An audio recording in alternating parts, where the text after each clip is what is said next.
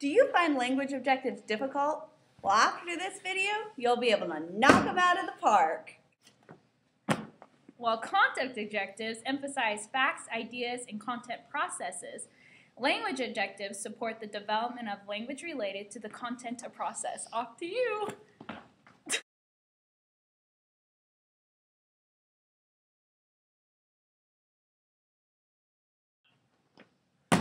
Where do they come from, you might ask? There are 5 steps in creating language objectives. Step 1. Determine the standard. Step 2. Create content objectives. Step 3. Determine which objectives require language. Step 4. Decide what language the content objectives require.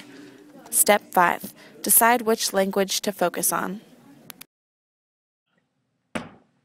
Language needs can fall into 5 general categories: vocabulary, language functions, grammar, discourse, and language learning strategies.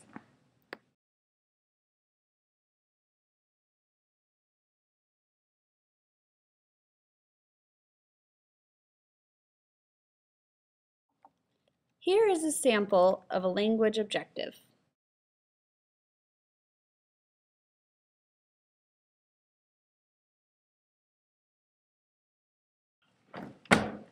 Creating language objectives is a good start for addressing the social and academic language needs of students. Particularly ELLs, but equally important is the lesson tasks address the objectives.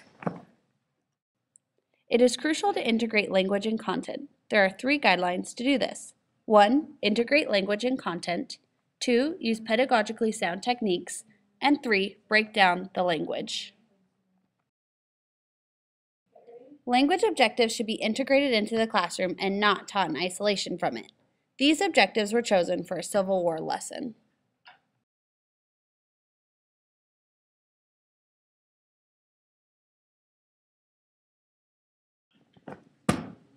Effective language instruction should also meet the following criteria. It is authentic. This means that it comes from contexts that students actually work in and that it is not stilted or discrete just for grammar study. It is language that students need for a real purpose. 2. Language is taught both explicitly and implicitly. Students are both directly exposed and indirectly exposed, so they can use strategies to figure out some meaning on their own. 3. It is multimodal.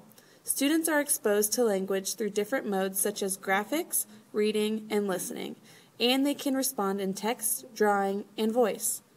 4. It is relevant. Not all students in a class need all the language instruction.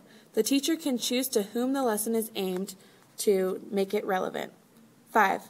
It is based on social interaction. Collaboration and cooperation help learners test their assumptions about language.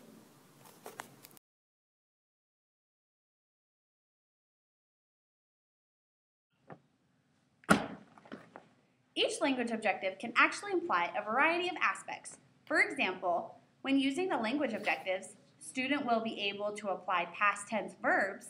It implies students will understand the differences within those verbs. For example, used, read, and ran. These are all past tense verbs, but all fall under different rules.